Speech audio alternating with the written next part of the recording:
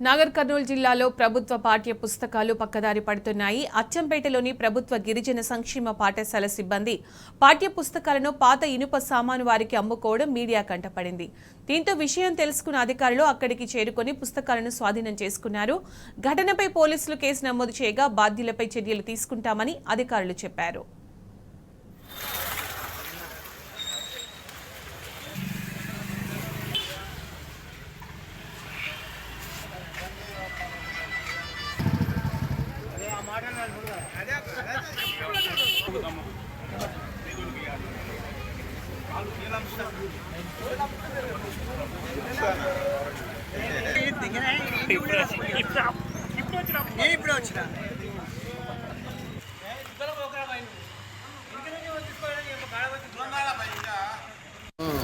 నేను శంకర్ పిలిస్తే వచ్చి ఆ పుస్తకాలు తెచ్చుకున్నాను.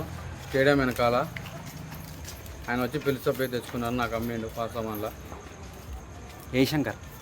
మన బెక్కం శంకర్ అంటే ఆయన. పైసలు ఎన్ని ఇచ్చినా నాకు? ఆయనకి అమౌంట్ ఇంక ఇవ్వలేదు. ఎంత లెక్క ఎంత అయింది? 6,900 అయింది. 6,900. ఆయన వచ్చి అమ్మింది కదా మన పాత బుక్లో మేము అనుకున్నాం కదా. కొత్తగా కనిపిస్తున్నా నీకు పాత ఎట్లా? మాకు తెలియదు కదా, మాకు పాసామని కాబట్టి ఇప్పుడు ఎండాకాలం అయిపోయింది కాబట్టి పుస్తకాలు ఇచ్చారు కదా. మనం అయిపోయిన పుస్తకాలు అనుకుని మేము తెచ్చుకున్నాం అంతే. మేము అల్ల నుంచి పోయింది దొంగతనం చేయలేదు, ఏం చేయలేదు. అన్న వచ్చి పిలిస్తే పుస్తకాలు ఉన్నాయంటే అయిపోయిన పాత పుస్తకాలు ఏమనుకొని మేము తెచ్చుకున్నాం అంతే. వేరే కానీ కొత్తగా కనిపిస్తున్నాయి కదా నీకు కూడా. అయిపోయిన బుక్లు ఉంటాయి కదా, టైం అయిపోయిన బుక్లు ఉంటాయి కదా. ఇప్పుడు దాని వ్యాలిడిటీ అయిపోయినాయి, 2 ఏళ్ళు దాటిన బుక్స్ అయితే ఉంటాయని మేము తెచ్చుకున్నాం.